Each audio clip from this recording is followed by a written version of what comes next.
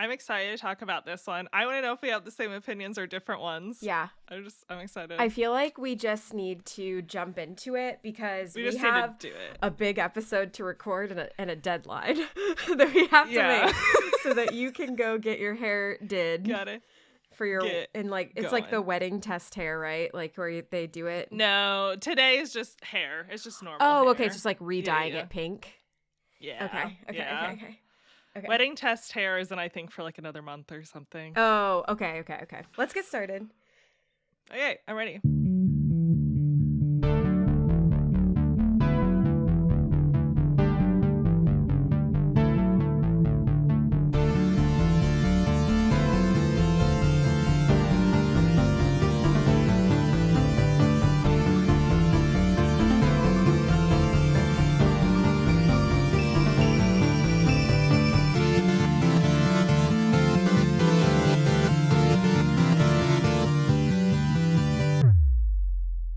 Hi, I'm Bridget. And I'm Maddie. Welcome to Baddy Breakdowns, where we hang out, have fun, and play games all the way to the end. Today, we're going to talk about The Last of Us Part 2, remastered technically, because I think we both played the remastered PS5 version. Yep. Cool. We'll give you the breakdown from its creation to its critical reception, and then we'll take you on a deep dive into the game as we share our own experiences and opinions while playing it. And I'm sure we have lots of opinions because I have so many opinions and feelings. We'll close with if we recommend it, who we'd recommend it to, and last but not least, our personal rating. With that, let's get revenge. Ooh. That's a good one, right? Yeah, I think that's good. That's the whole game. Okay. I don't know who had game description because I don't remember how we've been doing that, but I did pull up the game overview from PlayStation.com, and I'm happy to read that. Sure. Cool. Wait, you don't know who had game description? I didn't remember. You did. Well, I pulled it up, didn't I? I'm so prepared. You had game description, critical reception. Bridget, this is the format. I take how it's made. You take this. I still pulled it up. I did my job. And also my critical reception section is amazing. So you guys are all going to be excited. Okay. Okay. This is the game overview from the PlayStation website. So 5 years after their dangerous journey across the post-pandemic United States, Ellie and Joel have settled down in Jackson, Wyoming. Living amongst a thriving community of survivors has allowed them peace and stability, despite the constant threat of the infected and other, more desperate survivors. When a violent event disrupts that peace, Ellie embarks on a relentless journey to carry out justice and find closure. As she hunts those responsible one by one, she is confronted with the devastating physical and emotional repercussions of her actions. Yeah. Done. That's accurate. Yeah. Well, is it? Is it accurate? Because I would say it's like 50% accurate. Okay, this is going to be a very spoilery podcast, by the way. Oh, everybody. Yeah. Everyone, if you do not want to hear I don't think we can talk about this game without it being major spoilers. Yeah. It'll be major spoilers the whole time. So go play it. Yeah. Maddie, would you like to go ahead and kick off with our how it's made? Yeah. So here's the deal. Literally 23 hours ago from recording this podcast, they dropped a 2-hour making of Last of Us Part 2 documentary. And I watched about as much of it as I could. But I finished this game at midnight last night. And we're recording in the morning. And so I woke up at 8 and I started watching it. And now it's 9:45 when we finally got finished. And I almost finished it, actually, because it was... And then I called her and then Bridget to force called me. So I will say that my notes are not as organized as I would like them to be because I've literally just been taking notes as I've been watching this documentary this morning. So there's the pre-warning. Is this the Grounded 2 documentary that I saw kind of pop up in the game? Exactly. Okay. Yeah. Okay. All right. Okay. Yep. And it was, you know what? It's super interesting that once you finish the game, you can replay it with commentary on top of it. Yeah, I saw And that. I thought that I was really obviously I didn't interesting. have I've time to never do it, seen that with a but game. That's like really only been something that I've seen with movies. yeah, movies and TV. Yeah. So I thought that was really interesting. So let's get started. So as always, Neil Druckmann was the creative director and co-writer. So interestingly, Mhm. he brought in a new person to help him write The Last of Us Part 2. Her name was Hallie or Haley. I don't know which. I think Hallie Gross. And she was a co-writer. So it's different Mhm. because the first one was kind of, I think, written all by him. I think it was him and Bruce. I thought didn't Bruce Staley help write it? I don't remember. Anyways, I can't remember. But yeah, okay. anyways, Keep going. Haley Gross was a co-writer, and the directors or the co-directors for the game. You know what? Who cares? I'm not going to mention the names because my notes are not Please cut organized that enough. out. My notes aren't organized enough. Oh, okay. Oh God. So the reason this took a little bit, because it took some time between The Last of Us coming out and The Last of Us Part 2 coming out, because Naughty Dog typically only works on one game at a time. Like that's kind of how the studio Yeah. works. And so they started, like Neil Druckmann started kind of the concept art for Last of Us Part 2 and started doing the story.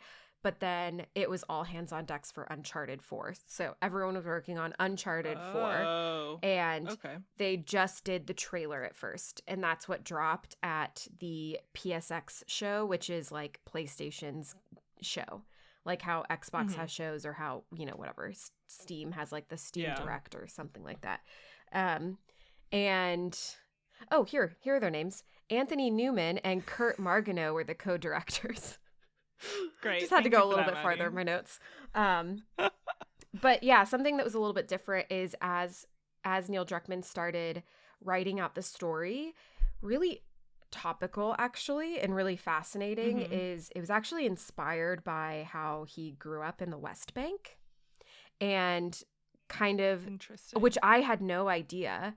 Yeah. It was really fascinating That's that very was interesting. Yeah. Yeah, right? I wouldn't have made those connections just playing it, but when you say it, I'm like, okay, yeah, I see. right. Yeah.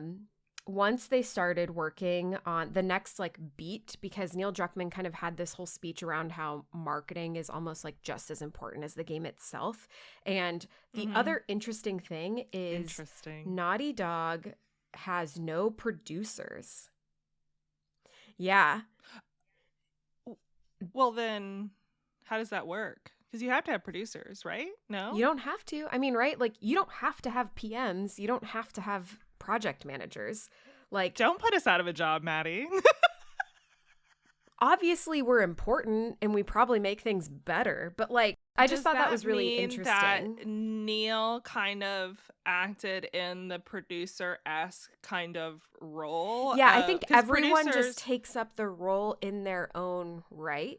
I just thought it was really fascinating. They don't have actually like official producers. Yeah, that is interesting. As I was watching this documentary, because a lot of it was like to make sure that they are on time, they set like marketing beats that they have to make. And that's their timeline versus like producers like going out and mapping timelines, whatever, right? So it was like, okay, the first marketing beat was the trailer dropping at PSX, and that's what motivated them to hit that deadline. And then the next one that they wanted to do was drop a game demo at the next E3, so that's the next deadline.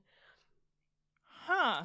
So that is wild to me. I don't feel like I would like that personally, but it's like no, it's I mean, there's interesting. definitely it's really fascinating because they've gotten some criticism because even in the thing they admit that like they need pressure to get things done and they work best under pressure. And so it's that sounds like crunch to me. It's That's a what big that sounds like. crunch culture at Naughty Dog, like huge crunch culture, because it's like they're chilling, big marketing beat. Ooh, kick it into gear. But then it kind of like, so it's really fascinating versus like if they had just kind of scheduled it better. But interestingly, also one of the directors, Anthony, he was like, we're addicted to delaying ourselves. Because because they didn't hit the game demo at E3. They didn't hit it because it was when Uncharted 4 was also dropping at E3.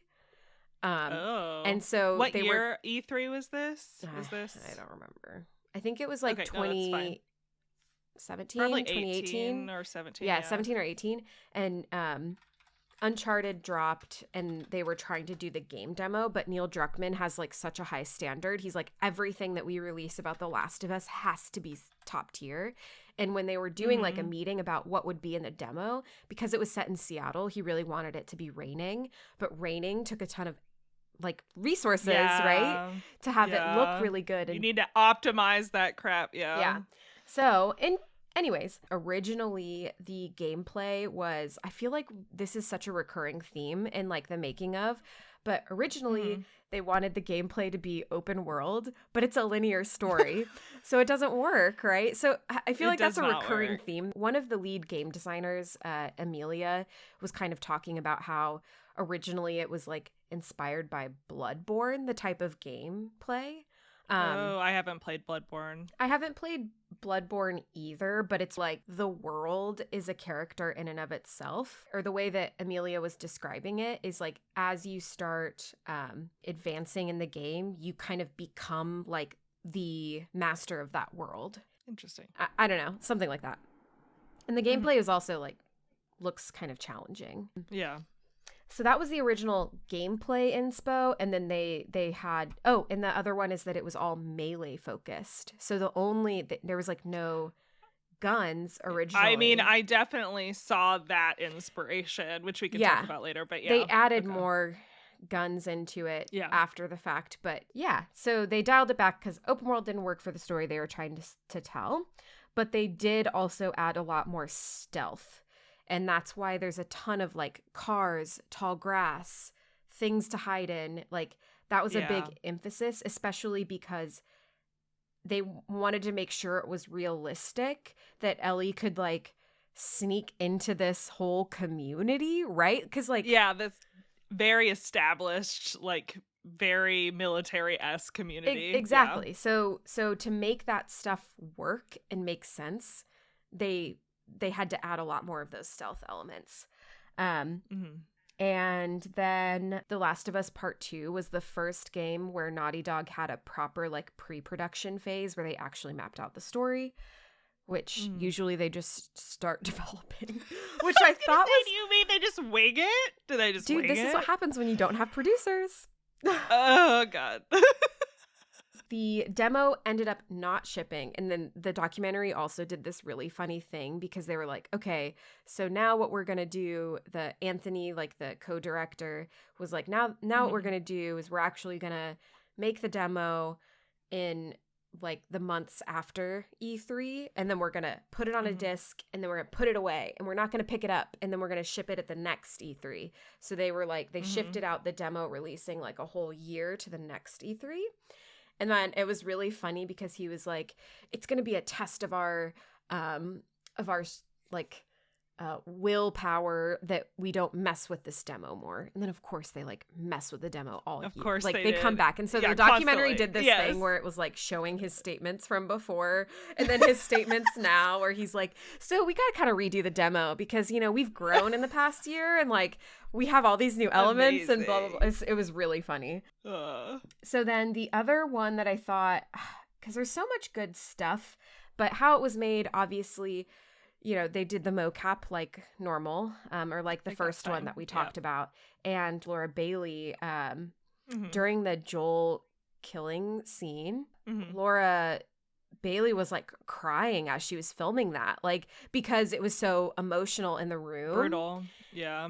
Lastly, they had like a whole new animation software for this game where one of the things that was super fascinating that they had to, and why they chose Seattle, is because Seattle has such interesting like weather and environment, like all the hills and all of the, although I have criticism about the weather and I know you do too, right? Yes. And I bet you know what it is. Yeah, but one of the things that was like the rain mixing with blood, and like how that would like drip Yeah. and like making that realistic because they're like different like viscosities and stuff like Viscosities, that. yeah. And fog was also something that they had a lot of fun playing around with because fog plays with light and shadows in different ways. And yeah, so that is a lot of that. Oh, the other interesting thing is that the next cinematic trailer that they released, I said lastly, and then now I'm not done, but they released a That's okay. cinematic trailer introducing Abby, but the thing is they didn't want to give away who Abby was, and so a lot of people actually were hypothesizing that it was going to be Ellie's mom's story. Like half. Oh, interesting. They thought Abby might be Ellie's mom because when they released the trailer, they didn't give away anything of who she was, what was happening. It just showed the scene where Lev rescues Abby, like when Abby's like hung up. And then after that trailer dropped at the Paris Games show, a bunch of articles came out actually criticizing it for violence against women, which was fascinating. And they actually had a whole section where that really upset them because the articles were like, are women even working on this game? Whatever. And then Hallie Gross was like, I'm a co-writer. I wrote that scene. I'm a woman. Yeah. Am I not allowed to write violent scenes? Like it, because, you know. If you have a lead woman, like well, and then protagonist like inside of the game. Amelia's a lead game designer. All of the actresses are women. Like, yeah, I don't know if, and I think Hallie was just kind of now upset that was the take that happened versus what they were wanting it to be. And then she was kind of like, if this was like men, it wouldn't be criticized for violence against men. Like, so why can't we have like the whole point of these games it's a brutal game. It's brutal. brutal. Like, it is a brutal game. 100%. But like, just because the characters are female, it was just really interesting to see how they handled that criticism. Yeah. Okay. There's my how it's made and kind of a jumbled mess, but that's how it's going to be. I thought it was really interesting, Maddie. I was trying to. Oh, I'm sorry. You can do one more lastly. Okay. It was really funny because they started showing clips of like the Foley process, recording the weird sounds like the arm. The Foley? Isn't it Foley? Oh yeah, Foley, sorry. Okay, Foley, yeah. And like how they put like a wooden stake and they wrapped it in a rag and then they hit it with a hammer for the arm breaking scene. Oh. And then for like the flesh eating scenes, they literally had a dude like on the floor. Eating at like imagine that guy, like a fake blood soaked thing, like just and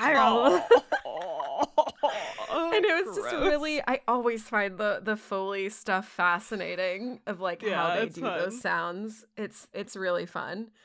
Okay, that was a nice lastly. I appreciated that, Maddie. Yeah. And on that note, we can go to critical reception. Yeah. Okay.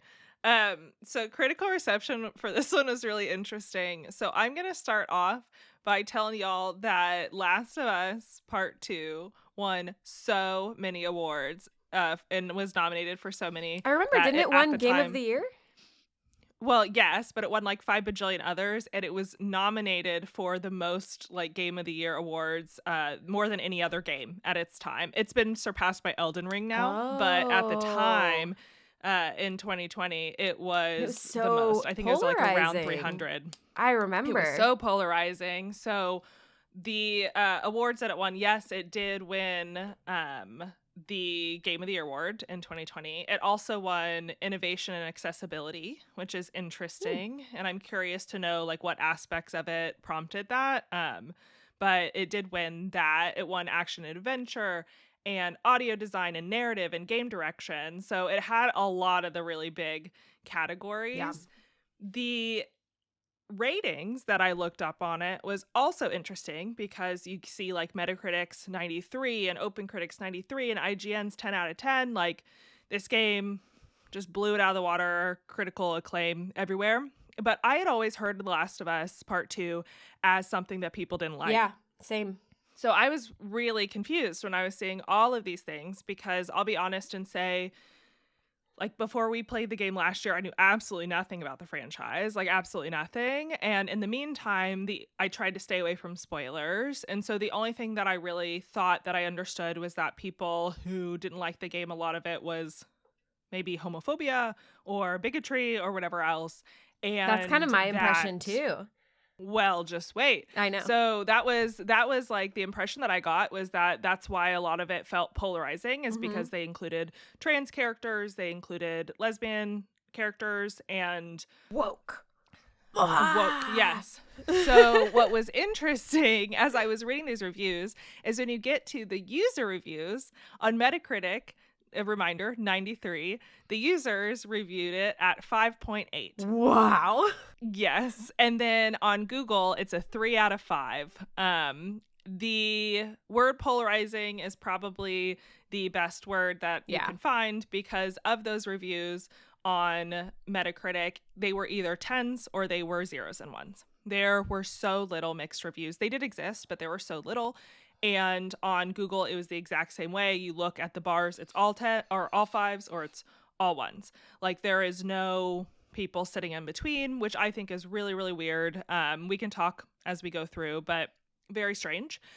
I found the on Reddit, there is apparently 2 subreddits. So sorry, y'all, I infiltrated you guys over the last day. So there are 2 subreddits. There's a Last of Us and there's Last of Us Part 2. But apparently Last of Us Part 2 is for everyone who hated The Last of Us Part 2. And The Last of Us is for everyone who really, really liked it. Neither side seemed willing to hear the other side out. Like The Last of Us is the, like I read all their posts and literally like it was all just they're bigots, like they didn't understand it, like they don't get it. And then all of Last of Us Part 2 is everyone over there like thinks that it's absolutely perfect, cannot take any sort of criticism, thinks that we are dumb and we didn't like understand the story. We got it. So it was a very interesting like little slice of the internet that I explored in The Last of Us. So the very first thing that I found as I was digging through this, in The Last of Us Part 2 subreddit, there is a pinned post at the top, which is like titled Diverse Criticism Thread. This thread has I counted 107 links to different articles, to different reviews that were all pages long about all of the issues with The Last of Us Part 2. It was crazy, absolutely crazy. And so I went through and I read a lot of them, and I also read a lot of the positives. And honestly, the positives were just they loved the game, they loved the story, they really like loved the gameplay, were really into it, thought the gameplay was improved from the first one. There really weren't a lot of criticisms that existed there. For all the people who didn't like it, of everything I saw, they also really enjoyed the gameplay and the audio and the visuals, like thought it was beautiful. There were definitely bigots, and there's some places like the biggest thing that I really didn't like was you saw a lot of people hating on Abby's body type. And I get that it's mildly unrealistic. That's but, like what we'll get into it later. Yeah, we'll get into it. But they were hating on her body type in a way that was very like transphobic. So, you know, they were like calling her a man and all those kinds of things. So that definitely did exist. They also like just hated Abby in general, which, you know, just in general for being Abby. The other reasons that I saw that we won't get into, because I think we can talk about it as we like go through, is a lot of people were really upset about retconning things that happened in the first game, which we can talk about. I didn't actually see a lot of criticism for the fact that Joel died, but it was more of like how they portrayed his death. So a lot of the people on the Last of Us sub were like, oh, they're just mad that Joel died and was killed by Abby. But a lot of the people that I read that had criticisms that were valid and not, you know, bigoted were more about how he died, how they portrayed his death, and the marketing surrounding his death. So when you mentioned the trailer, oh my God, did you watch one of the trailers, which was just a lie? The whole trailer was a lie. Did you see it? like they literally replaced one of the other actors with Joel so that it looks like Joel was there playing with you, but it wasn't. Yeah. And so people were really mad about that. And Well, then it's people, because like Neil Druckmann, when he was like saying that he didn't want people to be like guessing the story before it came out. I know, but then they told a totally different story with it. Like, instead of making it mysterious, like, take some hints from AHS, personally, American Horror Story. When they do trailers, they are completely mysterious, and all you do is guess for like months at a time, and they don't lie to you. And this just felt like an outright lie to me. It was crazy. And then the last thing that I'll mention before I move on is that they felt like the game leaned more into the themes than the characters. The theme of revenge versus leading into like the character relationships like in the first one. And people thought that leaning so hard into the theme made the characters behave in a way that they didn't think that they would. Interesting. Which Okay. which was interesting. So anyway, those are like the main criticisms I saw. There are definitely people around there that did not like it. A lot of the Zeros reviews that I read were people that clearly have political issues with representation in this game. And so I would say that the 5.8 is probably very heavily skewed in that direction. But there are in that like Totally. group very serious and real criticisms to the game that have absolutely nothing to do with that. So I thought that was interesting. And as we get into it, I'm curious to see like how you felt about the game and how some of these things popped off, because it's very divisive, and I'm curious to know if we're on the same or different sides. So yeah, let's find out. Yeah, I'm really excited to talk. Okay, let's do it. Okay, let's do it. Let's do it. Okay. Okay, first impressions, go. First impressions. I was just excited to be back. It was beautiful already. Gorgeous. Like immediately beautiful. Sound design, absolutely amazing. Like the sound right away was just mwah, chef's kiss. I thought it was interesting the approach that they took right at the beginning, because like how it starts right is pretty much Joel retelling what happened in the last game, like the ending of the last game. Yep. And it was interesting because I don't remember what perspective you had, but like the end of the last game was super like gray, like morally, like very gray. Did Joel do the right or the wrong thing? Totally. Blah, blah, I mean, blah. we had a whole debate about it.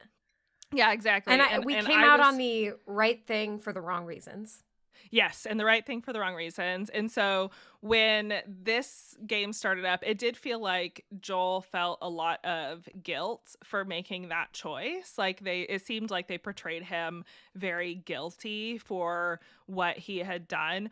And I understood the guilt, but I also wanted to like pat him on the back and be like, hey, I think that it was still okay that you made that choice. But I don't really feel like we got a lot of that. So it's a little interesting. Well, and then he got the validation from Tommy, right? And I thought that was actually really great. Yeah. Like I actually wrote, Tommy's a real one. Like, yeah, he's like, I would have done the same. Like, yeah. Yeah, because I think we're all human, and it's definitely like, I get it.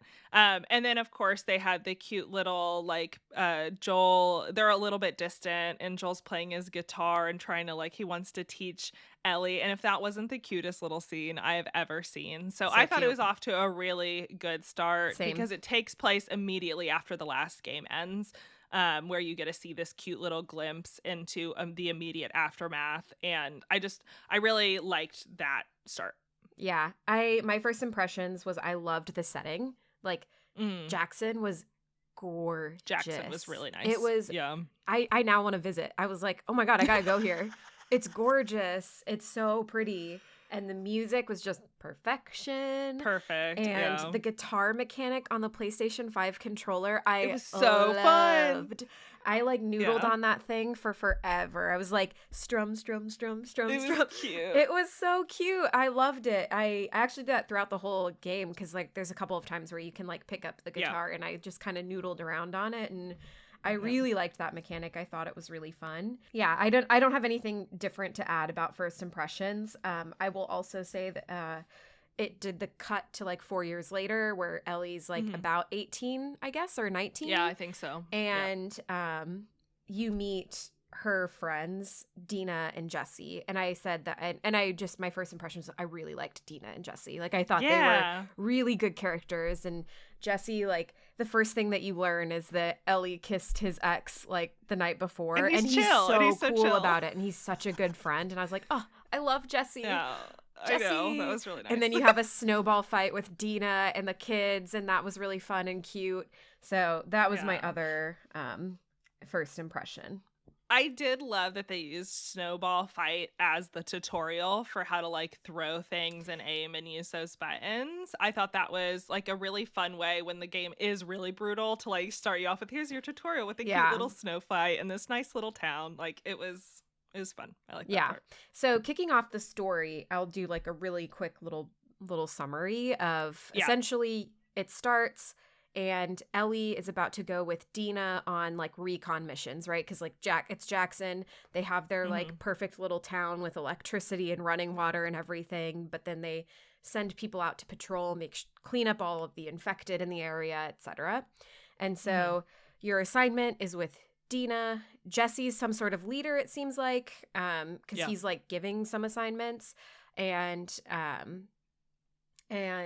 so you kind of go through the town, you have your little snowball fight with kids, and then you go out and you're kind of patrolling the area. And then what ends up happening is you run into a big snowstorm, and Abby and Dina are kind of on this will they, won't they thing, and then you put together the story of the Ellie night and before. Dina. Oh, sorry. Well, who did I say? Abby. Oh, God. She's infiltrating your mind. She's in my head. Ellie and Dina kind of have this like will they, won't they type thing, because you learn the night before that they were at a party and there was some drinking involved on Dina's part, and Dina like kisses Ellie. But then like one of the owners of the bar is bigoted and then says a bigoted thing when they kiss. And then Joel like punches him or whatever, because, you know, Joel's being Joel and like, shut the fuck up about my kid. Right? I don't think he punched him. But no, but like the impression is that he did something, because Ellie was like, right. He I did don't something. need you. You know, so in my head I was like, oh, he like punched him or something. He like, because we didn't actually see the scene. You're right.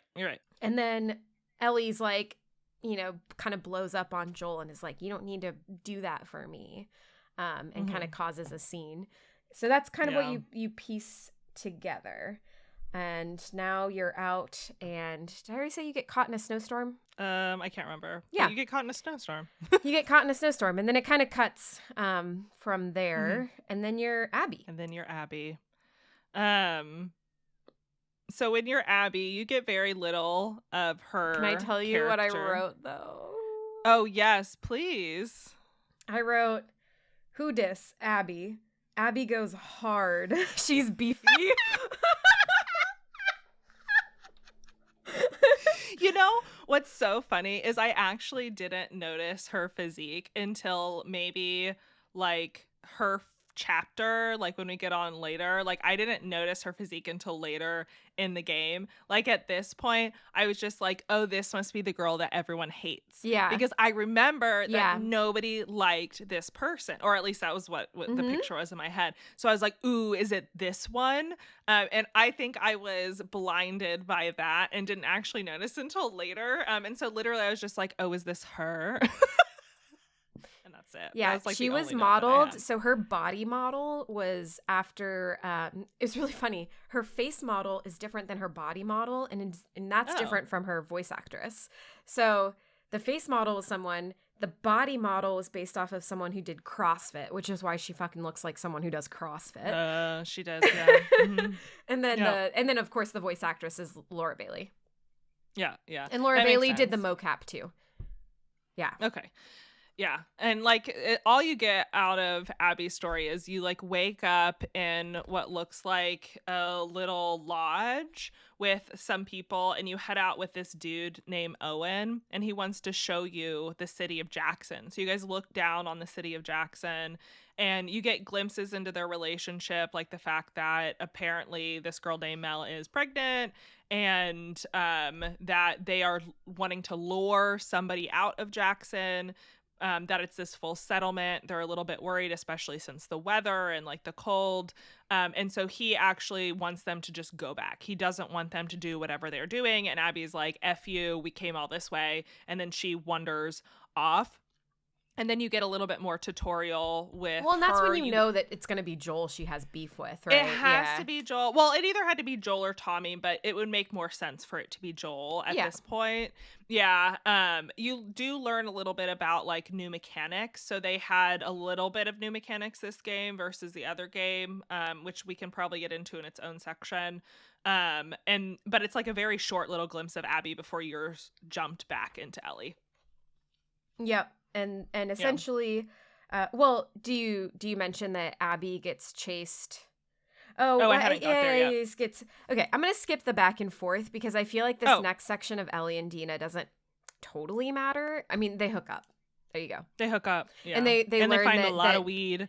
And they learn that Joel and Tommy did not make the next checkpoint, so something has happened. And so now they're like, oh shit. And Jesse finds them and is like, hey, one, put clothes on, you idiots. And two, fucking apocalypse.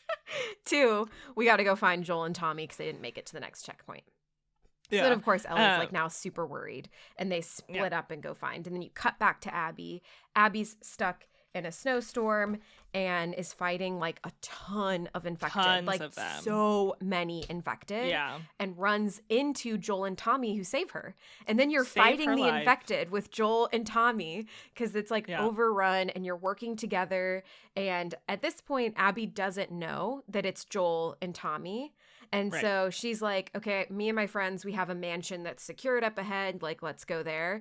And they make it there. And then in the basement, Tommy is like, hey, I'm Tommy. This is my brother Joel. And then everyone is like, oh. The tension in the room is palpable. Just the way it immediately switches. And it just happened so fast of like, I think it was Abby shoots Joel in the leg. Tommy gets knocked out and they get tied up and Joel's on the ground. And then Abby starts, wailing on him and like beating him.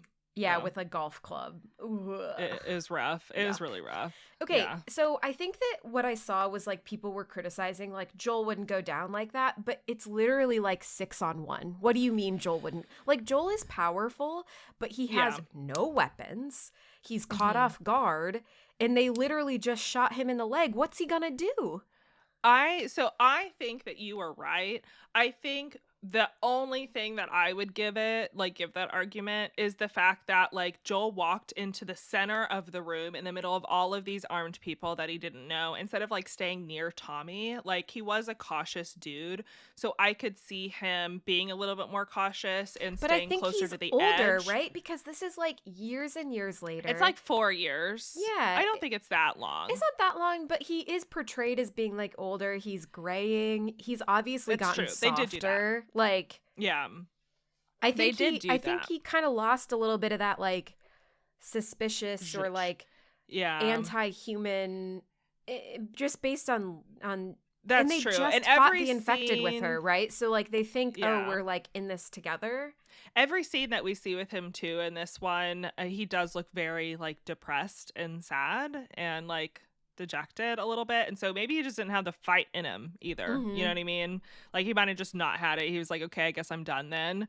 But I see kind of ish where they were coming from, but like you were saying, there are so many people in that room right there. They are all military trained. Like we see that later. They are fighters, and the idea of them getting out of this when they were taken by surprise, overwhelmed, and probably exhausted just doesn't really make sense. Yeah. I mean, I do get, I see what you're saying. I guess I just like don't feel like it's that crazy based on the circumstances. Yeah. No, I don't think it's that crazy. Then you cut to Ellie and she finds the mansion. She hears what's happening. She runs to try to go rescue Joel. But again, it's like a room full. I think there's like 6 or 7 people. There's a lot of people. And it's one Ellie, right? There's one Ellie. The criticism I saw about this, and I actually feel like I felt it, but I didn't digest it until later, is a lot of the big moments in this game were cutscenes without the QuickTime actions. Like you do get them some, but you don't get a lot here.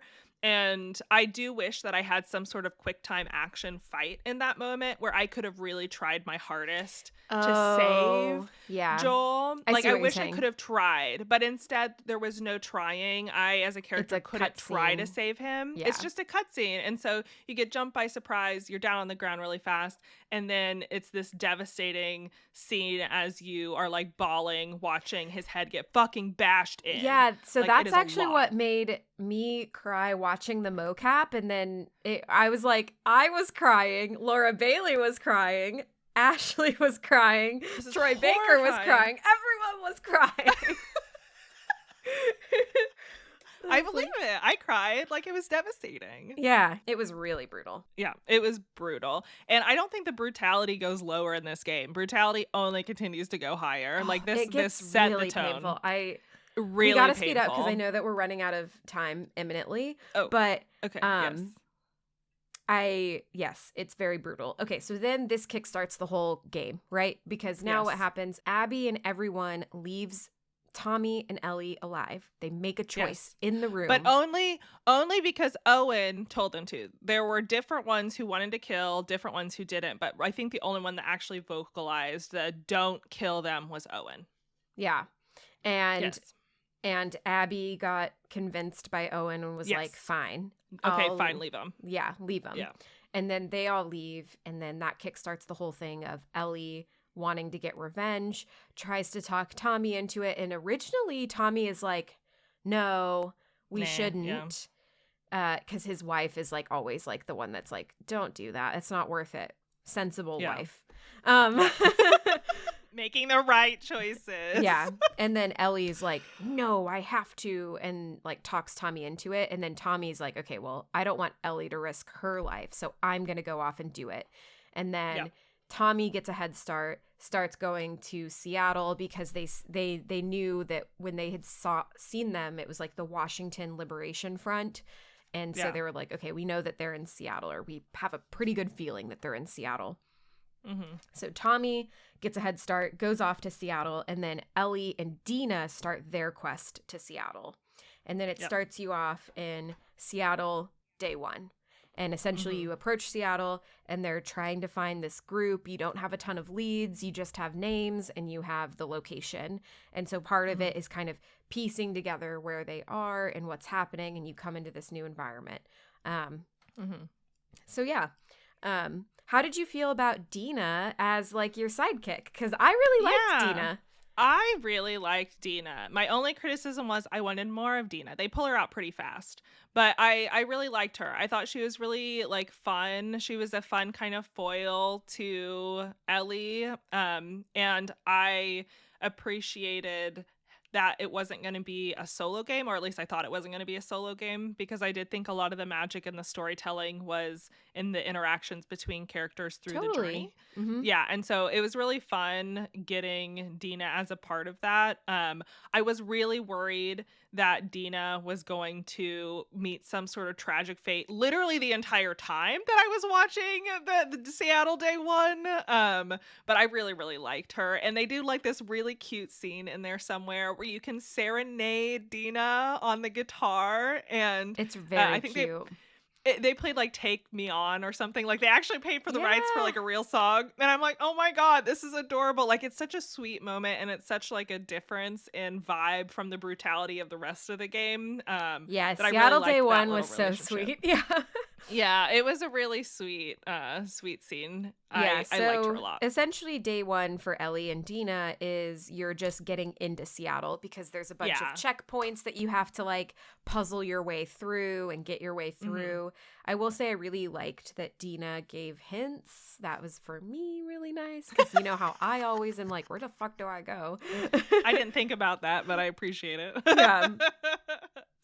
And finally you stumble, and then you kind of start to uncover that there's something weird happening in Seattle in general, because there's in general. these like warring factions that you start to put together, because there's the Washington Liberation Front, but then there's this like religious group that you start to see Yeah, signs and they keep of. calling them the Scars. They think you're a part of the Scars as you like fight people. Yeah. Yeah. And you come upon this TV station with this like weird religious sacrifice type scene. And then Very culty. finally you find like the Paramount Theater is what I think it was. Yeah, it's definitely the Paramount Theater because you can see my apartment. My apartment, or not my current Your apartment. old apartment. Please do not come stalk me. A previous apartment was catty corner to the Paramount, and my friend lived in the giant building right next to it on Pine.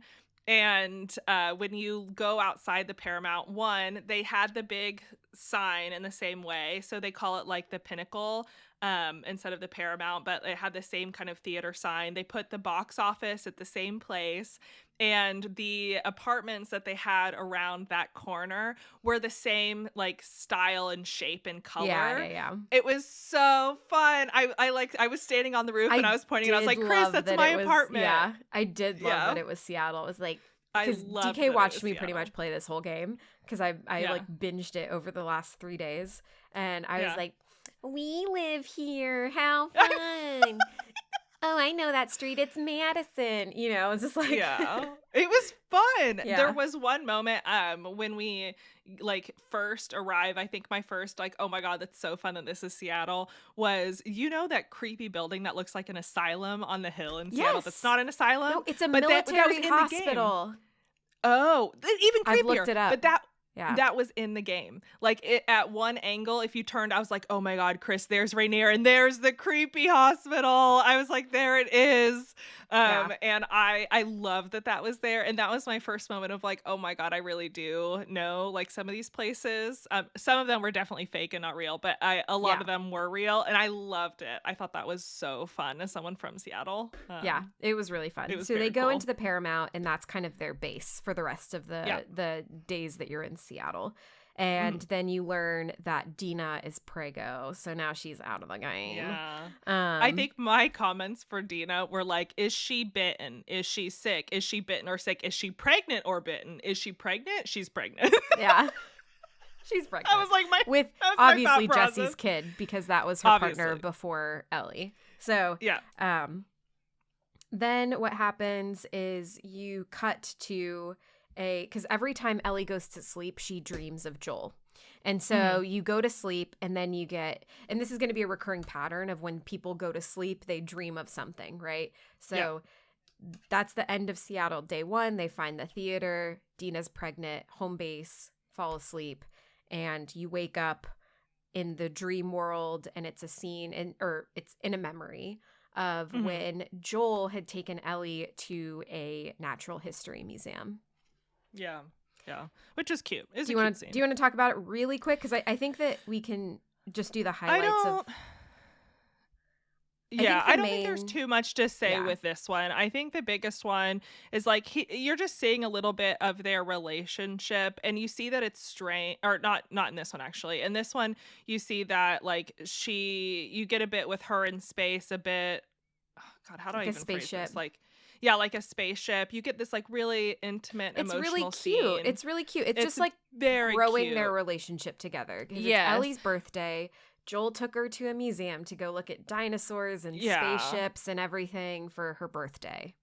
And they're trying so hard, I think, to bake in like their relationship a little bit more into this game, because the cliffhanger of last game was based on how was their relationship going to be. And so I think this is the way that they tried to tell that story, was through these like dream sequences of her remembering these people. I do think it's interesting too. The other thing I'll mention about this little scene is they do end up having a firefly symbol inside of the building that they're in, with a big thing that's like scribbled as liars underneath it. Yeah. Which I thought was really interesting that they would include that, because it wasn't implied that like Ellie did that. Like clearly it was somebody else who did it. So it's kind of a little, I don't know. It's interesting that they included that little tidbit there. Yeah, I thought so too. Yep. Okay, so then you wake up and Jesse is there for day 2, right? Well, so you don't know that it's Jesse. So like you go off. Go for it. You hear on the radio, because Dina's got it fixed because Dina's dope. She fixes the radio, and you overhear that there's like a single male shooter that is in Hillcrest, I think. That's right. And So you go off and you think it's Tommy. You're trying to get to Tommy so that you can make Yes. sure that he's safe and you guys can get together. It turns out when you get there that it wasn't Tommy, it was Jesse who actually came following to get you guys, because he wanted to make sure that y'all were safe, which was really, really sweet. And he Kind had of this stupid, really but cute very sweet. line of "I would have come if you asked." And I Yeah, like I would it have was come. Like sweet. that's what he was saying. He's like, I Yeah. also love Joel. Like God, I love Jesse. I Yeah, love he loves Jesse. Joel and he also loved them, right? Like he both cared about Dina and cared a lot about Ellie. It's a little sad that they didn't ask, but I was glad that he showed up. I thought Jesse was a really, really good character. I do too. So then it's your sidekick kind of becomes Jesse for the day. Yes. And Yeah. I will say that there's one part that I really loved, which was there's like a car chase part that I thought was really epic. Oh yeah, yeah. I forgot about. I don't even know that I took a note on that, but you're right. Yes, that did exist. I just started writing down the things that I thought were fun. I also wrote Mhm. hotel couple heartbreak. What is that? The hotel couple was a little bit in the flashback, I think, right? Because the way that it worked was you went and you got Jessie, which was great. You left Dina behind because she's pregnant, which I have comments on later. But she, at the end of that day, like you pretty much only stay in Hillcrest, and you end up in like a scene where you're 2 years earlier after that. Mm. And that 2 years earlier was, you see a little bit of the strained relationship between Joel and Ellie because she doesn't want to go with him on this like mission to get guitar strings, but Tommy convinces her to. And then they Oh, and that's where end you up learn the walking through sniper a hotel. mechanics. Yes, Yeah, you learn the sniper mechanics. You go through this hotel and you see that a couple ran away from that's right. Jackson to help people and they honestly made it like a fucking block. Like they Crazy. it was not very far and then you see like them dead inside like the girl is dead in there as a human. And then there's also a clicker in there, and the clicker is clearly the The boyfriend. guy. And in the note, he leaves a note and he's like, we're gonna do a murder suicide, like I'm gonna kill her. We are both bitten. Like we didn't make it far. So he killed her. And then on the back of the note, he's like, I can't do it to myself. And so I'm a that's why he's the coward. clicker. Yeah. Ooh, yeah. It Yeah. was brutal. Yeah. Okay, that's But why I wrote then that. you go back to Seattle. And then you Yeah. go back to Seattle. So we continue with Seattle day 2.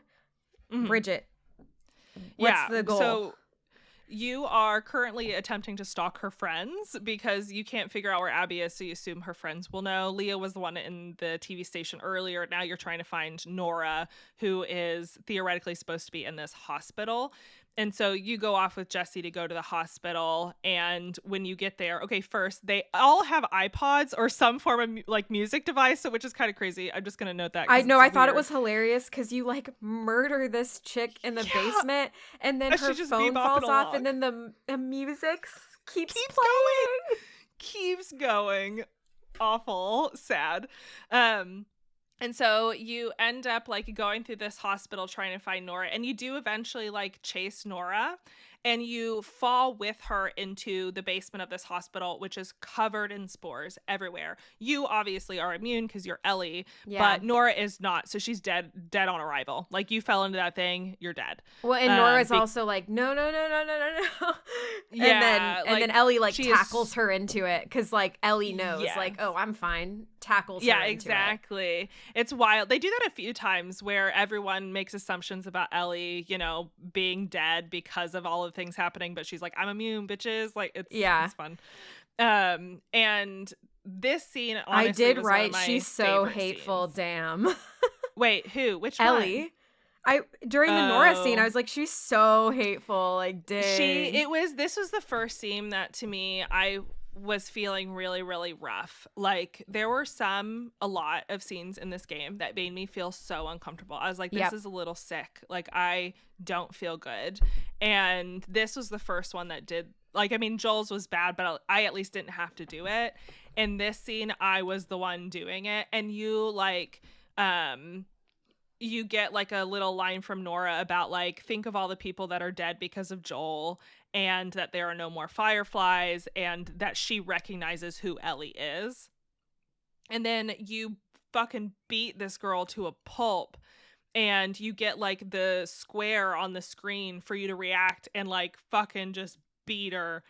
it was rough. And then afterwards, you get like a really shaky Ellie like pointing at a map of where um Abby is supposed to be, which is the aquarium.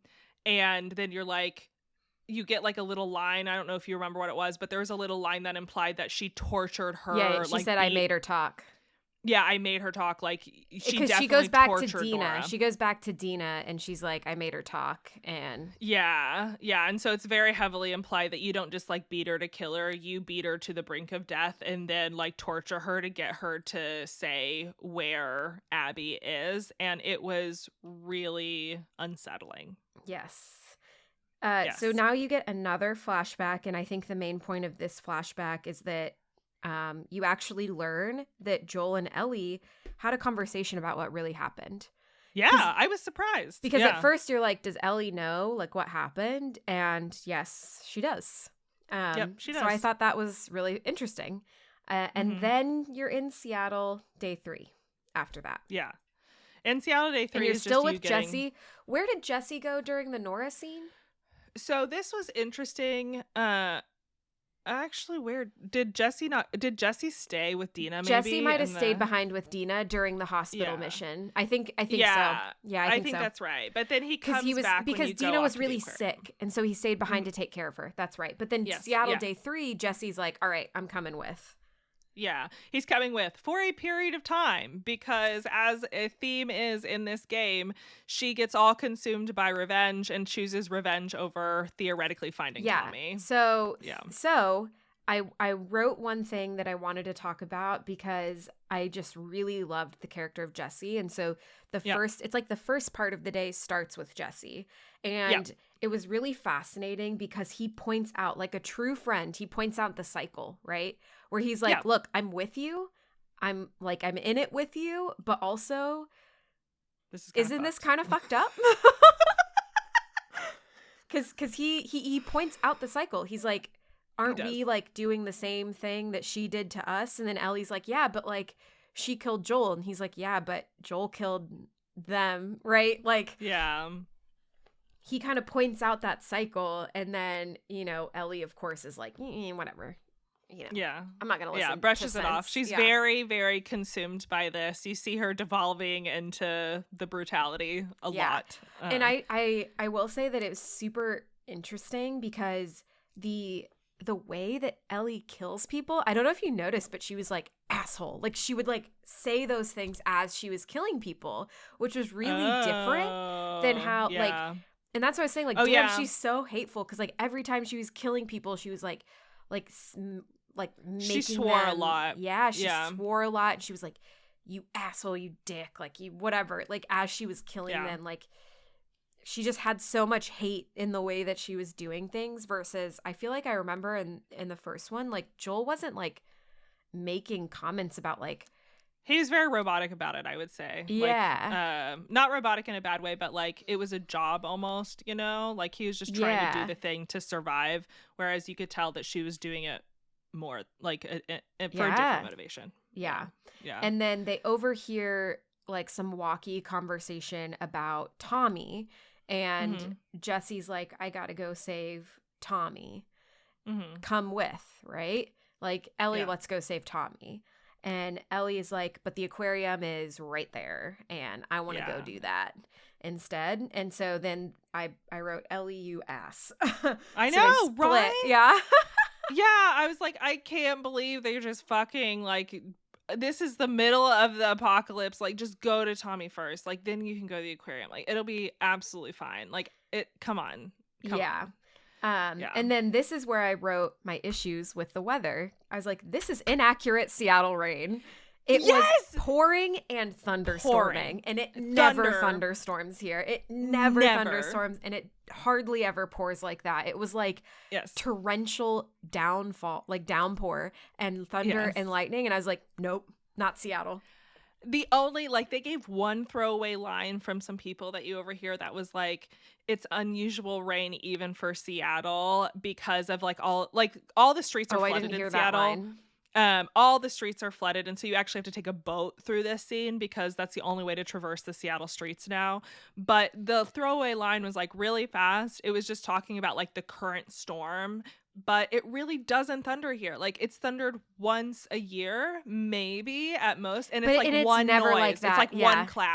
one clap of thunder. And so I wrote that too. I was like, This it is a doesn't thunder Texas in storm. Seattle. This isn't a Seattle storm. This is a Texas storm right here. Yeah, it was not Seattle, which, whatever. Yeah. Fine. Okay, I'm going to fast forward some more, and you get to the aquarium, and you find Owen and his pregnant girlfriend. And which you don't know is pregnant. You just see the girl.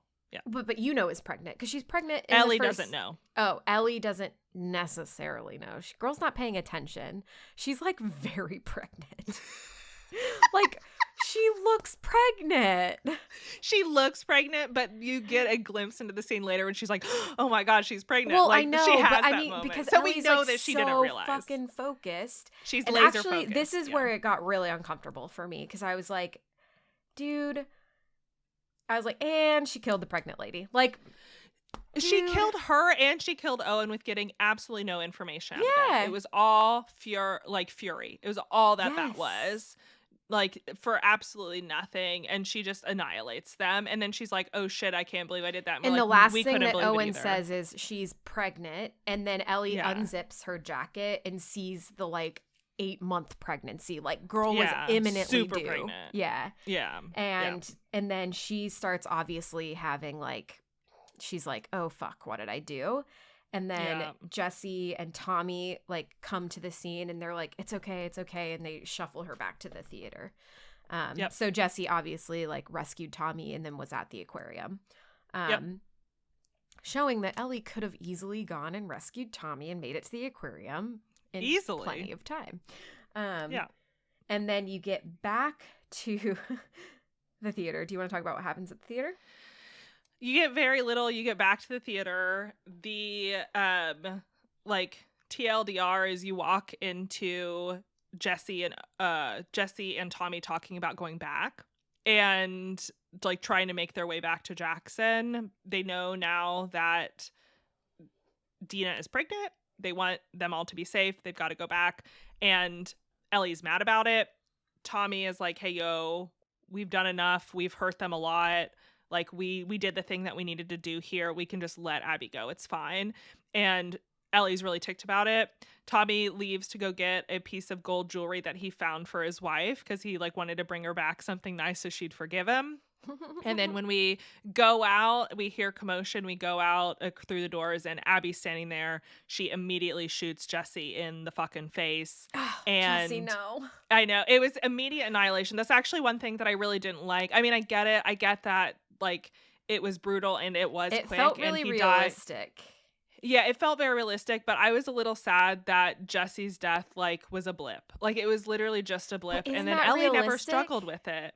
It is, but it's just from a I will say the sad. character reactions to it, maybe I have issues with for sure. Yeah, but I think that the portrayal of it, or how the it happens, was realistic, is good because that's how that shit happens. You get shot in the fucking face and you're gone. Yes, I agree with that. But then it didn't seem like Ellie had a problem with it. Later, which we'll get to it along. No. Yeah. But then, it was just, I felt like there could have been more pomp and circumstance for Jesse, but we got nothing. And then... And Abby's holding a gun to Tommy saying, you killed all my friends. And... Yeah. And then I think you try to turn yourself in because you're like, no, you're the one that I want. I'm the one that Joel saved. Yeah, and then we cut to Abby 4 years ago. And then we are in the second half of the game, which is Abby. Yeah. Did you expect the Abby transition here? I did not expect it to be a full, Seattle day one. So you're going to play, all 3 days. I wasn't You, go back in time. Yeah, it's half and half. Literally the game is split half and half. And I wasn't expecting it to be a full half and half because we'd already cut to Abby a little bit. So I was like, okay, maybe we'll cut to Abby. But it was a full half and half. And you get Abby's entire backstory because it opens in Utah, Salt Lake City, with the zoo. Her dad's a doctor.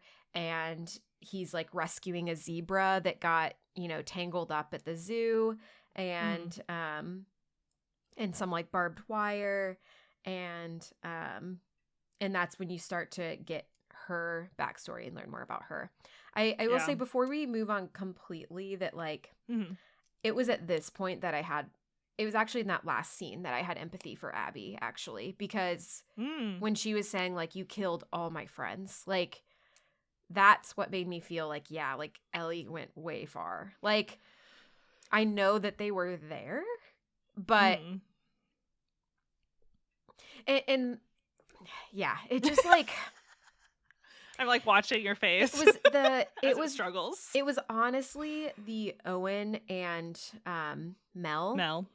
scene that just made me feel really gross. Like playing as Abby, like I felt really, really gross. Nora, I didn't feel quite as gross because Nora did Oh. have that line before that all happened where she was like, Joel got what he fucking deserved. He's a piece of shit. And I was like, okay, well, you're Yeah. egging her on. You don't have to do that. Yeah. Like you literally are egging her on here. I felt so, and we'll get into this more, I think, after we talk about Abby, is I actually was a little annoyed that the way that they tried to get me to empathize with Abby was by making Ellie a bad character. Not like a bad like badly written, but like a person who was clearly doing things that I don't morally really agree with. And the brutality of it was extreme. Like there was extreme brutality in all of the deaths that she had done, and that, you know, escalates as you go through to her just annihilating this very clearly pregnant person and not even noticing. Like it is deep seated. And so when we got to that scene with Abby at the end, I still didn't like Abby and I didn't care. Like I honestly didn't care that her friends were dead because I didn't know anything about them. I didn't like Abby because of what she had done at the beginning of the game. Yeah. And I didn't feel sad for her. Owen and Mel because they were the ones that were like, no, like don't kill them. I felt bad for Owen. Mel wanted to kill her. I wrote that down because I was upset with Mel and I was trying to empathize with her a little bit, but she was like, no, just kill him, get it done. Owen, I felt really bad about. And I actually wrote down that I was sad because I thought Owen was going to be more of a character, which we actually do get more of Owen as a character in the second half. And so like I totally agree with that. I did feel bad. I was just struggling a lot because I felt like instead of in that moment feeling empathy for Abby, I actually felt more like hatred towards Ellie a little bit. Like it was almost like I saw the opposite. Like I disliked Ellie, and I really didn't want to dislike Ellie because I really liked Ellie from the first Ellie game. Sucked in this game. And she sucked. And so I was struggling a lot because instead of feeling like good about Abby, so therefore felt bad about Ellie, I just felt bad about Ellie. And I didn't bad about like Abby, bad about Ellie. Yeah. Exactly. I just felt bad. And as we get into the Abby storylines, I don't know, we'll talk about it as we go through, but that's kind of where I was sitting. I assumed also that, like you did, that we weren't going to do like a whole second half of the game with Abby going through those exact same days. But I will say when I noticed that they did like the Seattle day one, I was actually kind of excited. I'm like, what a cool mechanic. Yeah. We're going to see the exact same 3 days from a different perspective. I think this was I was really excited interesting. for it. Like I think it's really interesting that you play as your protagonist and then you play as the antagonist. Like, yeah. I don't think I've seen that before, and giving them equal time. And I think it's doing exactly what Neil wanted to do, which is there are two sides to every story. And like, just like Abby is the evil person in Ellie's story, Ellie is the evil person in Abby's story, right? Like, yeah. This is like a two-way street. And I will say, like, again, like Ellie does suck in this game, and Abby time after time is like saving her life. It was, anyway, we'll get into it more. We'll get into it because I think we will mildly differ in different places. I will admit at this point in the game and at the end of the game, I still do not like Abby. And I do not give a shit about her. And so interesting. Okay, let's get into it. At all. So you get the backstory. Abby's dad is the doctor that Joel killed that was going to make the vaccine. Yes. Brilliant. Although, okay, and I'm already going to pause. I'm going to pause you there. He was not brilliant. Like, this is why, this is the whole scene what do you that mean brings he's not everything brilliant? for me. In the last game, And you guys can go listen to our last episode on this because I I'll rant remember about it because in it was that the one. notes where he was like, I don't even know if this is going to work. Exactly. He had notes that were like, I don't fucking know what I'm doing. Like, he literally had notes that made it very clear they didn't know what they were doing. And his I feel like immediate Neil reaction, kind of retconned it because he retconned he a little bit did. He retconned it. And so, like, I think if I took a step back and I said, if I believe that the truth that they're selling me here is that no matter what, the cure was going to be found, this was a brilliant doctor that was definitely going to do it, then you know what? Like, I do think that it becomes harder for my stance of, like, I think Joel did the right thing for the wrong reasons. Oh, I still like, think Joel did the right thing for the wrong reasons because it's the whole. They didn't give Ellie a choice. They didn't get permission. Yeah, they didn't give permission. Wrong from the start. This scene is the scene that put the nail in the coffin for Abby for me, that I just couldn't empathize with her. Abby's dad did kind of suck in this scene where he was like, we got to kill that kid. Sucked. He was like, we got to kill this kid. And Marlene's like, she's just a kid. He keeps calling Ellie the host, which I literally wanted to punch him in the face for. And he's Marlene justifying is like, it to himself. He's justifying it to himself, but then the nail in the coffin for Abby for me that made it really hard to empathize her with the whole game is she comes in because Marlene says, what would you do if it was your daughter? Which he doesn't answer, of course. He doesn't. And then because he wouldn't Abby, do it. He wouldn't do it. You know he wouldn't do it. And then Abby comes in and she was like, if it was me, it would be okay. I would want you to. And I'm like, but it's not fucking you, Abby. It's somebody else. And they didn't ask her. And so she comes in and justifies her dad's actions. She knew exactly what he was doing. He was killing this girl for this reason, for this cause, without her permission, without asking. And Abby was okay, justified it, and said, yeah, it's okay, Dad, you should do it. So she, like, I was actually going to empathize, I think, a lot more with Abby because I thought she didn't know. I thought that she thought that somebody just came in, murdered her dad, and ruined the chance at a vaccine, and that, like, she only saw her dad in these nice, pretty rose-colored glasses. But in this scene, we get the fact that Abby knew the whole time the terrible, like, act that her dad was going to do in order to make this thing happen. And she never addresses it the whole game. She never addresses the fact that that was a morally gray thing that her dad did. And that's why I couldn't get on her side the whole time. I will say that I do think that you're right. Like, there's a few tweaks that I think would make this story stronger. Yeah. And that's one of them, right? Like, I totally agree with you. Like, I mean, you do get to see the good parts of her dad, which is why they had him, like, saving the zebra and stuff, Very right? save the cat, yeah. Yeah.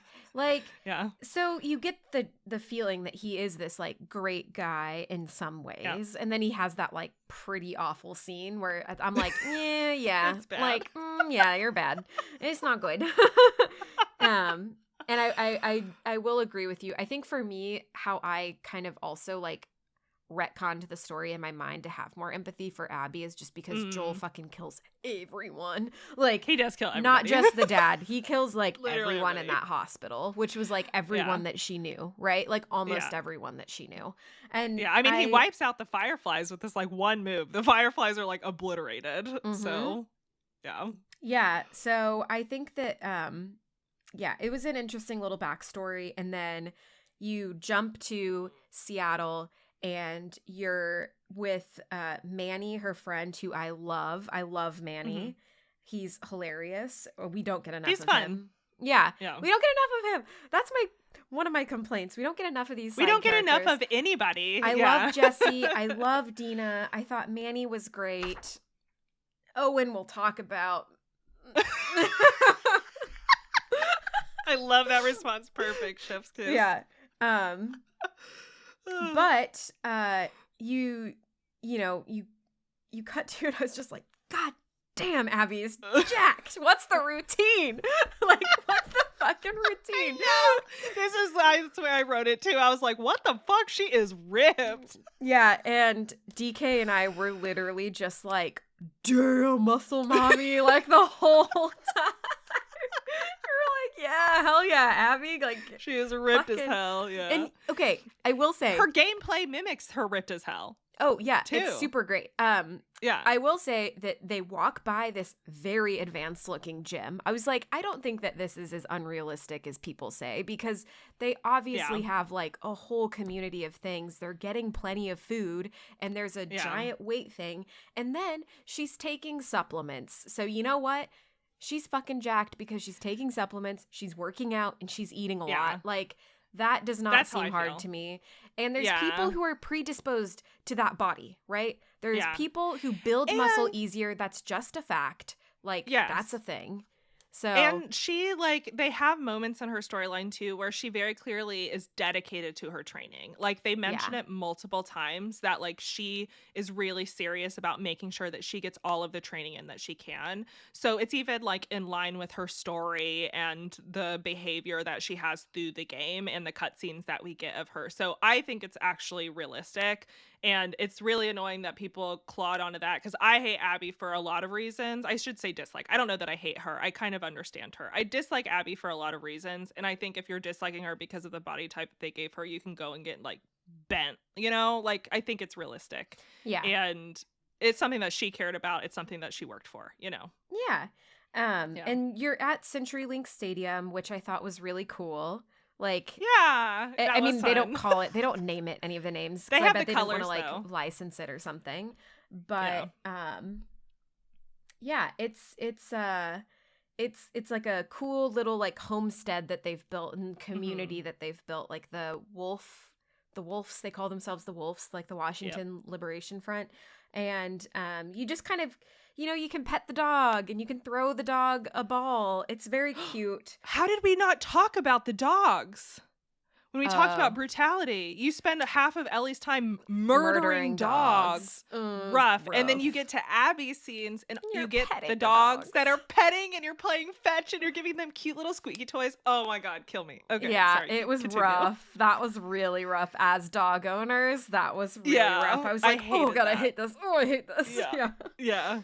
That was really painful. And then you also kind of meet Isaac for a little bit. You meet him for a little bit, but later. Like, you get a message from Isaac, you need to go find him. And so you and Manny and Mel go off, get ambushed, and then eventually make your way to him. I will say before we meet Isaac, I did have a mild, like, I don't even know, like, it felt off to me how active they were making Mel when she was so late in pregnancy. But they were, like, leaving Dina in the room, laying on a couch, really sad, here's even the though she was, thing. like, very Pregnancy early. hits people different. I guess that's And true. I think Dina was having a lot of morning sickness because they showed her throwing up multiple times, That's right? true. So that's Okay, going to that's knock you fair. out. And I think That's that fair. Mel, like, I have known people that handle pregnancy very differently. And some That's people, true. it's super easy. Like, my friend Adil that's pregnant right now, Uh-huh. she's pregnant with twins and she's, like, chilling. I don't know. She, like, sleeps. It's like that movie, What to Expect When You're Inspecting. Yeah, Did like, you she, like, see that? sleeps. Yeah. She just sleeps more. Okay, She that's never fair. had morning sickness. She never had any of the things. Like, she's handling it so well. Like, it's super, like, she's glowing. It's like that whole thing. Versus, you know, my neighbor who got pregnant had, like, insane nausea the entire time she was pregnant. Yeah, It knocked her yeah. out. It did not treat her well. She's like, I don't know if I want a second one because this was so bad. How Like, bad. Yeah. It really That's is fair. person dependent. Yeah. Although you do see Mel climbing up ledges and her pregnant belly, like, moving over the ledge. And I did cringe when I saw that. I was like, protect that Yeah. baby. Please. Yeah. But no, okay, yes, okay, I'll take that. I'll take that Oh, as I will reasoning. say that the other piece of the story that we didn't talk about, but is part of it, like a pretty big part of it, is that when you do the flashback with the dad, you realize that, like, Abby and Owen kind of start dating. Oh, that's and- right. Yeah. And then it obviously at some point you learn that they broke up. Like, you put together that they broke up, and then Owen Yeah. and Mel started dating. And so Mel is pregnant with Owen's baby. Yes, good call. But We did Abby miss and that. Owen did date for a long time. Like, you get the Mhm. feeling that they dated for a Yeah. long time before that. Yeah. So, But then we meet Isaac. So you want to talk about Isaac a little bit? yeah, I just I don't know wrote, if Isaac is scary. Like, he's pretty intense. Yeah, it's and you meet him torturing that guy. That's It's like how really, you meet it's him. really, really intense. That's why I said Yeah. Isaac is scary. Like, Yeah. you go to his torture dungeon, essentially, and, like, report to Yeah. him. And so he's the leader of the WLF. And, Mhm. yeah, that's Yeah. Well, he sends what you learn in that scene with him too is that like he apparently really likes Abby. Abby and like enough that he's asked her to It's like like her lead top soldier. one of the teams to go attack the Seraphites, who are that religious cult they call the Scars. They want to go like attack them on their own island. I want to ask you where you think this island is at later. We can talk about it because I'm so confused about where they put it. But he said like you should go like prepare a team to go infiltrate this island. And you learn that at the same time, like as you're going to Isaac, that Owen is missing because theoretically Owen killed one of his friends and one of your teammates to save a Seraphite. Or at least that's the rumor. That's what like the friend says in his dying words is that like Owen was the one who killed me and to save like this So Seraphite. now Owen's on the run. Yes. And so Abby, because obviously she has a connection with Owen in some fashion, is like, well, I'm going to sneak out and go get him. And Isaac is being pretty like 50-50 on it. He's like, hey, listen, that's what they said. So like I could care less. I'm not going to send somebody out to get him. But if he comes back, I'll consider forgiving him. Like he was pretty lenient on it, which I was a little surprised about. I would have thought a dude like that would have immediately been like anyone with a tinge of traitor on them was like fucking bent. But he did actually say a statement I think it was like because Abby and Manny are his favorites and Owen's a friend of theirs. Yeah, that's a good point. That's very reasonable. And I assume Owen is probably a good soldier alongside them, so he's probably like, it'd be kind of sucky to lose one. But yeah. Yeah. So then you go out on a mission as Abby alone because even though I would have liked if Manny had joined. I would have liked if Manny would have joined. She was alone for so long in part of her storyline. Yeah. So she goes out alone to go get Owen. She kind of knows that he's probably going to be at the aquarium. And so that's kind of where she starts heading. But it takes a long time to get there. Long time. Oh, my God. Yeah. And she also gets captured by the Scars. And then I will say that I thought that I really liked Abby's like melee. It was insane. It was insane. It was very cool. It was so cool. She was fucking jacked. She was with it. It was cool. Like I appreciate her character. And I feel like I'm now the anti-Abby hate brigade because it's okay. I'll be the Abby hate brigade for both of us. Everyone just hates on Abby, but I don't know. So I think that Abby's gameplay, the tools that she got, the scenes that she got, the level design that she got, the bosses that she fought, and the story that she got was all better than Ellie. Absolutely. I thought all of that was better. I really, really liked like you said, the melee with her. You fight so many of the Seraphites, and the Seraphites are also big and burly and strong and have these giant hammers. Yeah, exactly. Like and it is very intense. Like they're intense. I loved scenes. Those hammers when you got one. They I was were like, very cool. Yeah. It was fun. And then you got like a crossbow, which was a really fun weapon to have. Loved the my favorite one. Yeah, it was my favorite weapon. When we eventually switched back to Ellie, I was mad that I didn't have the crossbow anymore. I was like, are you kidding me right now?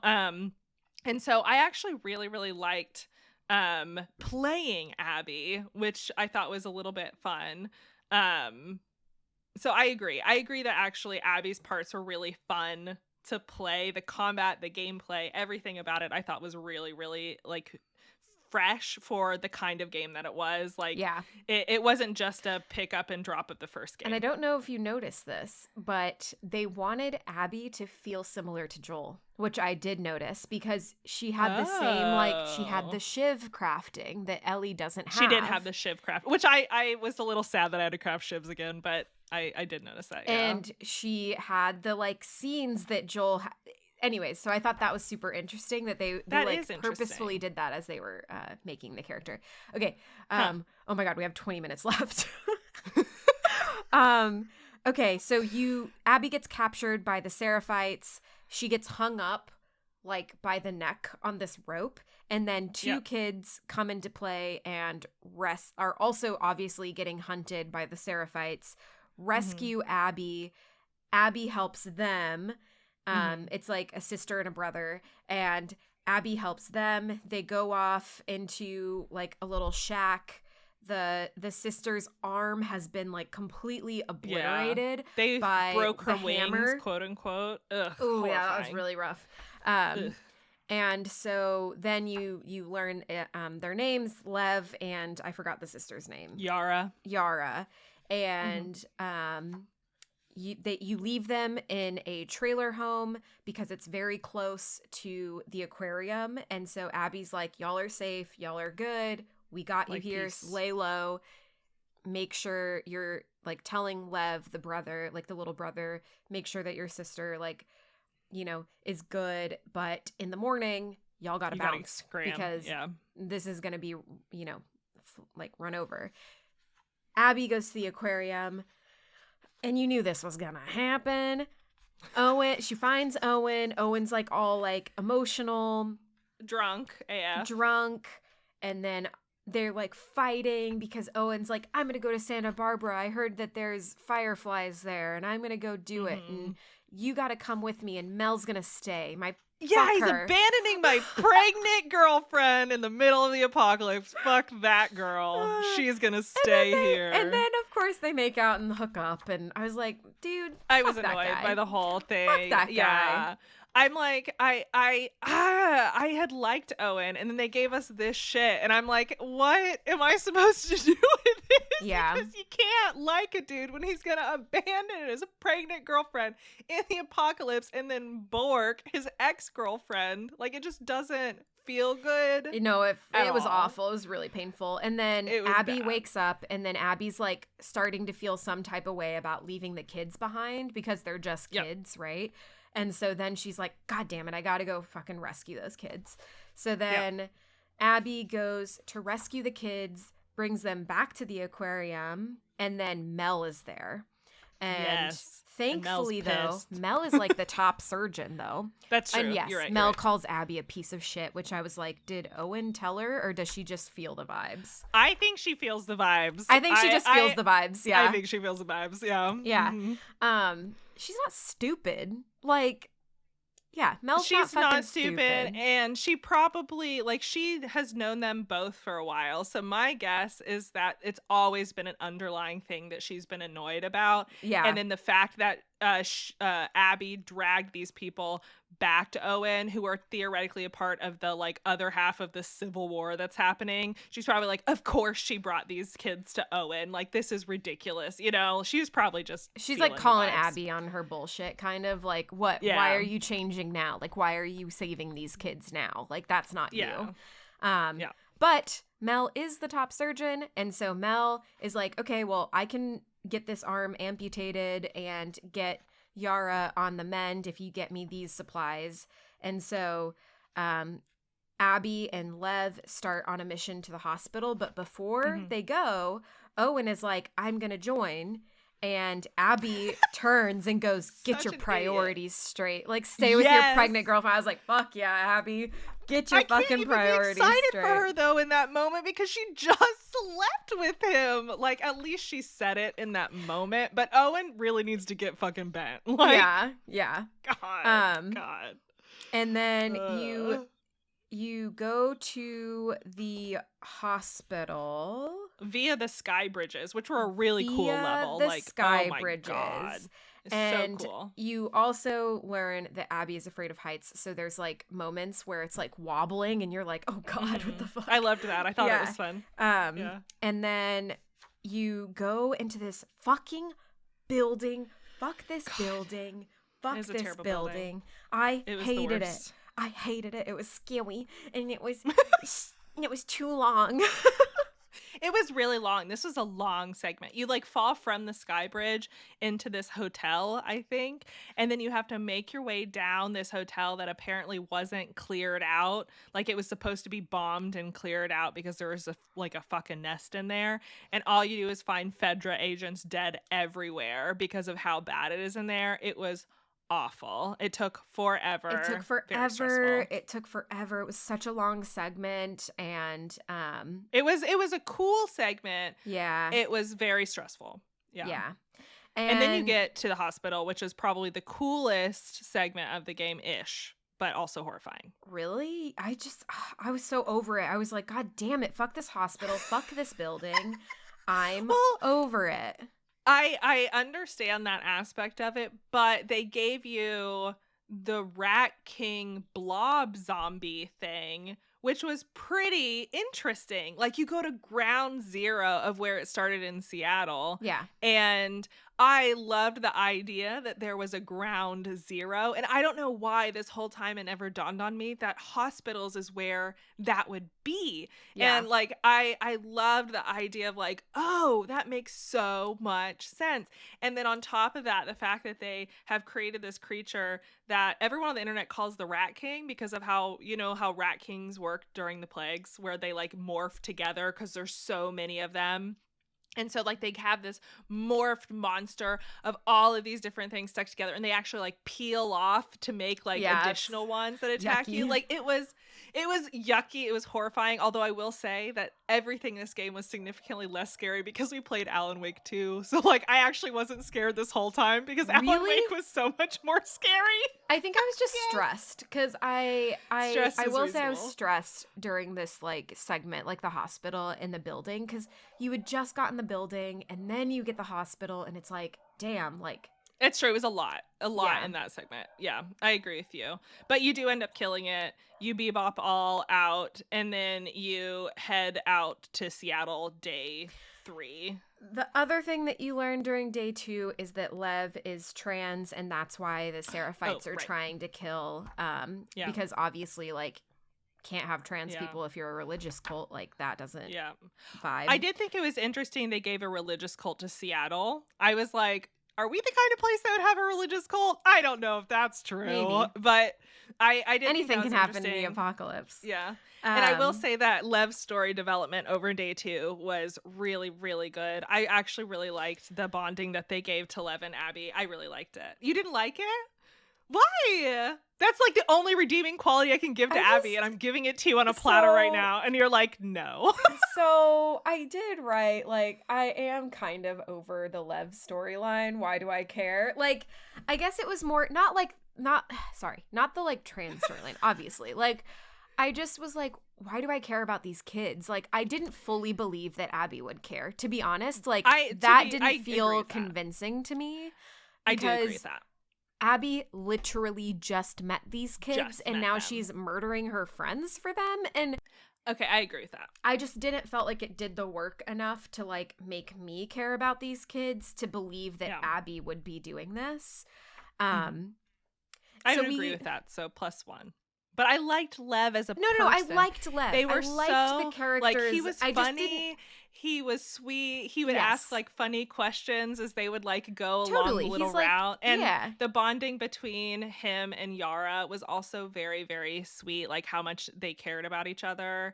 And so I don't know. I really liked him. I liked Yara a lot. They were probably one of my favorite characters through the game. I liked their story. Yeah. So the sister's arm gets amputated, and then the next morning is Seattle day 3, and Lev went off to go try to rescue the mom because they're gonna try to split, right? Like the whole thing is that like Lev and the sister can't be there anymore, but Lev is like, but mom, like we can't leave mom behind. And so steals a little boat, goes to the island that I think is either Bainbridge or Vashon.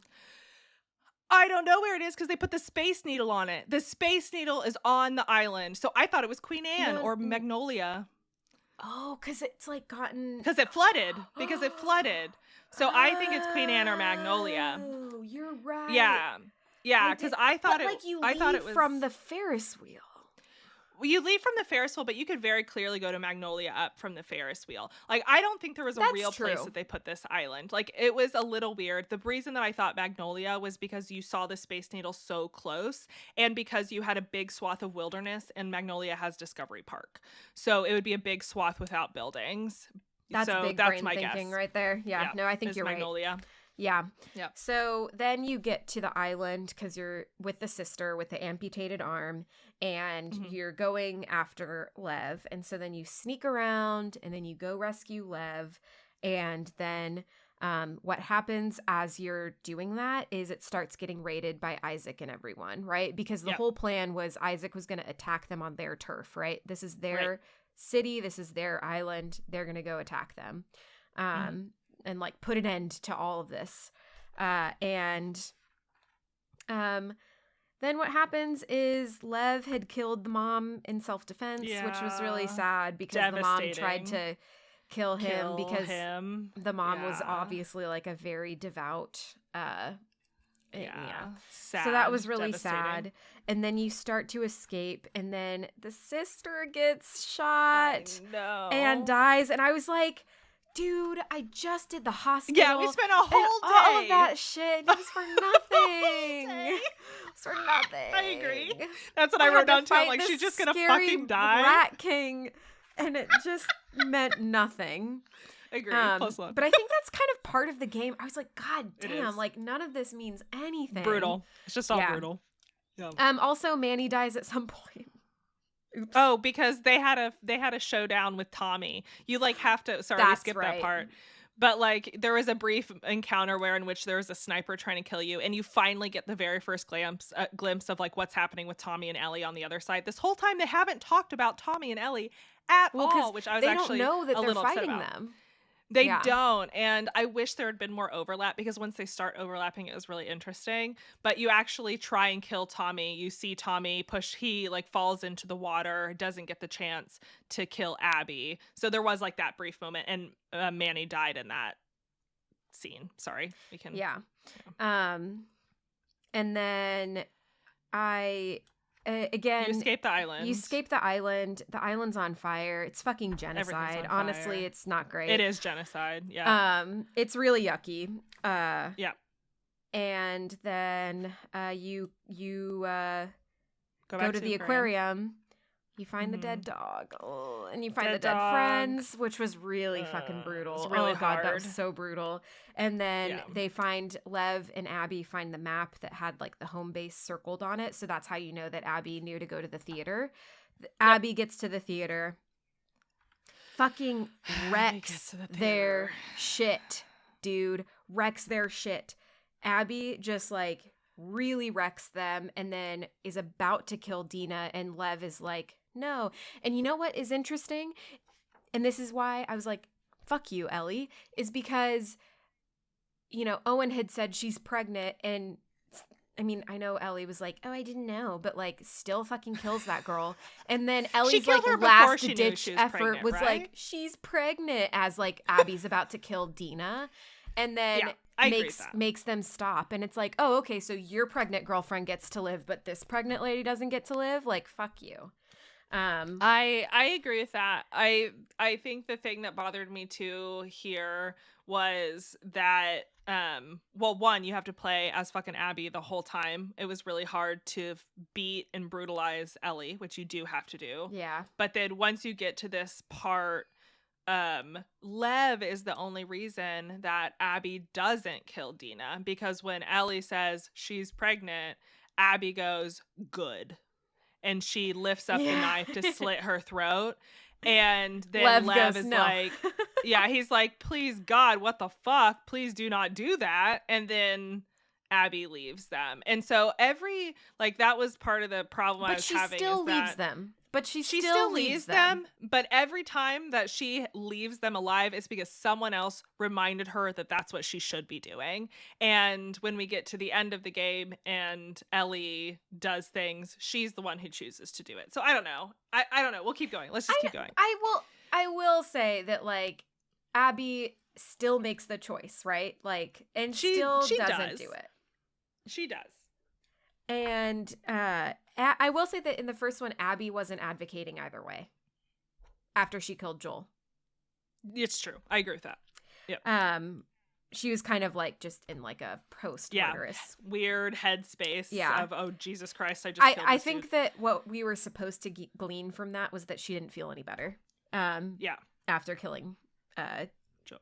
Because Joel. Who does? Yeah. Is what we're learning in this. And then it cuts to Ellie and Dina on a farm with the baby. Yes. Because they were left alive. They go back. You also don't know whether Tommy lived or died in that altercation. He looks pretty dead. He looks pretty dead. But you don't know. And You don't know. you get this really sweet little, like, It's so cute. scene. Little glimpse of slice of And life of this them is on a where farm I thought the raising this game was going to baby. end. I genuinely would've been thought nice. the game was going to end. Yeah. I maybe think that it should have ended here, even though it Yeah. was probably a little bit too happy for the story. I just was Yeah. like, okay, there was the circle of violence. It wasn't fucking worth it, right? Like, And then Abby fixed it. Abby stopped the circle of violence. And Yeah, then exactly. Ellie got to go on. Yeah. and Ellie learned, like, damn, I went to Seattle. I lost 2 more of my friends. It was not fucking worth it. And Mhm. I'm going to, like, try to make myself better now. Yeah. And then you also get a scene of, like, major PTSD that Ellie has, which was Super. really intense. And then you also learn that Tommy is alive and kind of Mhm. also fucked up in the head. He Like, changed his tune, that's for sure. Yeah. He's like, we gotta fucking kill Abby. He tracked her down. He's like blind. He's like missing an eye and is limping. So he's like, I can't go do it. So he's like, Ellie, you're gonna go fucking annihilate Abby, which is a very different tune than he was saying before. So he clearly has had some trauma himself. Yeah. And you also Yeah. learn that him and his wife broke up. Yeah, which is It's like, sad. Very it's sad. sad. It seems It's like just Tommy sad. It's lost like this- everything also. It's more adding to, like, is this worth it? Like, how much you lose. Yeah. yeah, like you're giving up, like, the things that connect you and, like, the love that you Yes. have. And, like, Joel would not have wanted that. Joel did not want No. that for you. And then in the last, like, semblance of Ellie's character, she says, don't worry, I'll stay. I'm not going. And then immediately tosses that out the window and is like, hey, Dina, I'm going to abandon you alone in this farmhouse in the middle of an apocalypse with this baby so that I can track down this person who literally let us both survive. So we're just going to go do that now. So stupid. Yeah. So I was just like, I also was like, damn, this game's long. Yeah. Also, we have 1 minute. Do we need to come back? Let me check the ETA because my appointment's at 12:15, but I assume I probably have like 5 more minutes, but that's it. Yeah. Yeah, I think we yeah, have to so continue. we can pause. We pause. Oh my god, it's such a Okay, long so before we get episode. into the ending of the game, we're going to take an intermission. We're already brief at 2 intermission? hours. We're already at 2 hours, so I can get my hair done. God damn it. Okay. I All knew right, this let was me going to stop real happen. fast. I knew this was going to happen. Hello, Maddie from the future. This is where we ended up having to stop for the rest of the day because Bridget had to get her hair done and get it re-dyed pink and then had dinner plans. And then by the time she got back, I was really lazy and watching TV on the couch and didn't want to move. So we're going to stop the episode here. And next week, we're going to be releasing part 2 to The Last of Us Part 2. And we'll see you there.